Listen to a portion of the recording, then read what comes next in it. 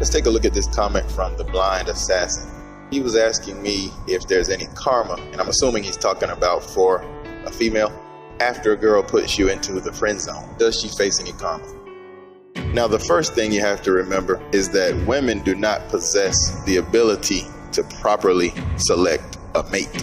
You know, whatever creator put us down here, or aliens, whoever it was, whatever it was, that's something they forgot to put into the female psyche. Maybe they forgot it on purpose. And maybe that's why historically there was arranged marriages, things like that.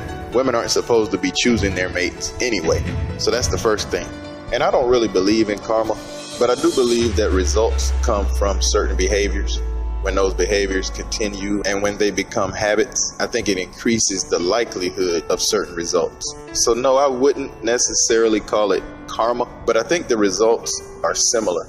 You know, when someone smokes every day for 15, 20 years and then they get diagnosed with lung cancer, that's not karma, that's just a result of their actions. Or maybe a criminal that's always, committing a lot of violence, always around a lot of violence. Eventually, if they get acted upon violently, I don't think that's karma. I just think that their habits and their way of life made it more likely that it would eventually happen to them. So now let's apply that same thought process to females who like to put men in the friend zone. 9 times out of 10, a woman is going to have a false assessment of her own sexual market value. She's going to have a false appraisal. She's going to value herself at much, much higher than she actually is. So let's take, for instance, a woman who's a 7 on that 1 to 10 scale, and she meets a guy who's a 7. In her mind, she's actually a 9.5, maybe even a 10.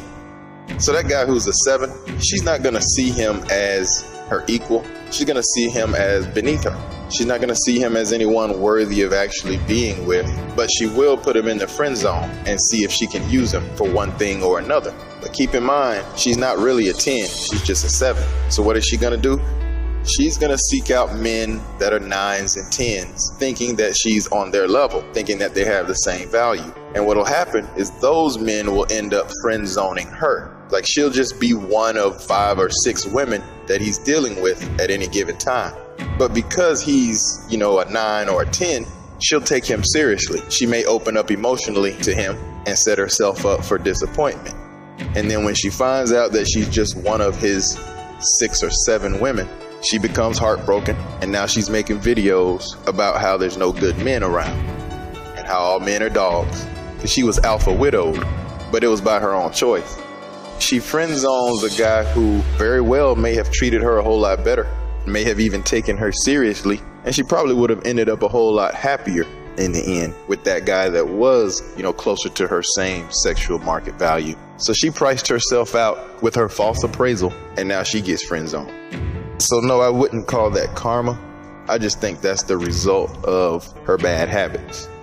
Yeah, her own decisions will lead her to her doom. Maybe she'll get left barefoot and pregnant, or maybe she'll just get played. But remember, it's her own decisions that did that. I don't believe there's any karma doing this. I think it's just a result of her own actions. So really, at the end of the day, women play themselves.